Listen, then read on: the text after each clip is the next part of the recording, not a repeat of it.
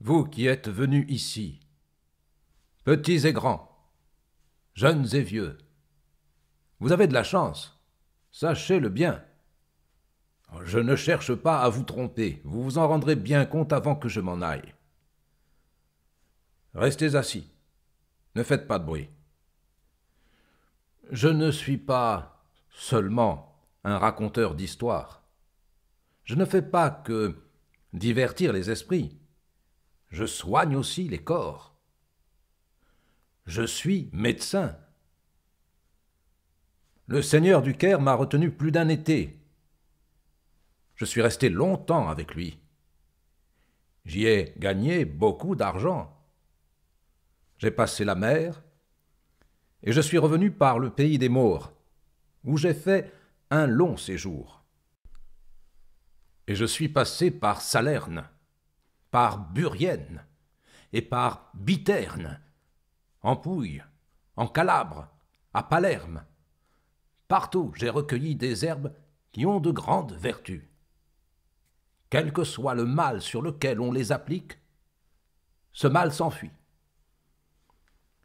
Je suis allé jusqu'à la rivière qui résonne jour et nuit de la cascade des pierres pour en chercher. J'en rapporte des pierres très précieuses qui peuvent ressusciter un mort. Des diamants, des rubis, des perles, des grenats, des topazes.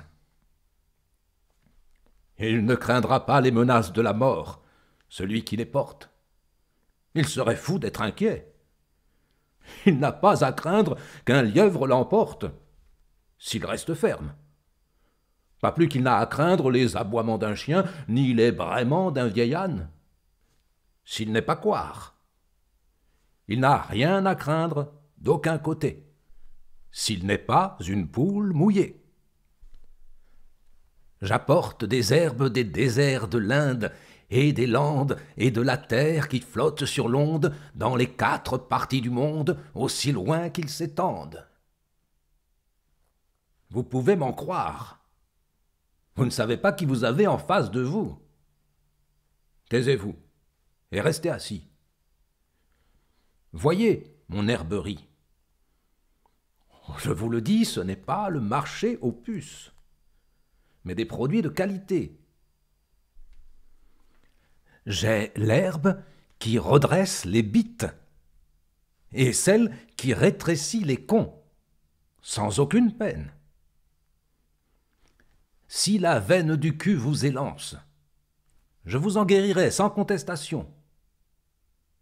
Et la rage de dents, je la guéris très habilement, avec un petit peu de l'onguent que je vais vous dire. Écoutez comment je le préparerai. Je vais vous décrire sa préparation sans mentir. Je ne plaisante pas. Prenez de la graisse de marmotte, de la merde de linotte, du mardi matin, de la feuille de plantain, de l'étron de putain bien ignoble, de la poussière d'étrille, de la rouille de faucille, de la laine, de la balle d'avoine, pilée le premier jour de la semaine. Et vous en ferez un emplâtre. Avec le jus, lavez la dent, mettez l'emplâtre sur la joue, et puis dormez un peu. Je vous le conseille. Écoutez, vous n'avez pas perdu votre journée quand vous pouvez faire du bien à quelqu'un. Et si vous connaissez un sourd, faites-le venir chez moi. Il repartira complètement guéri, car Dieu protège les mains que voici.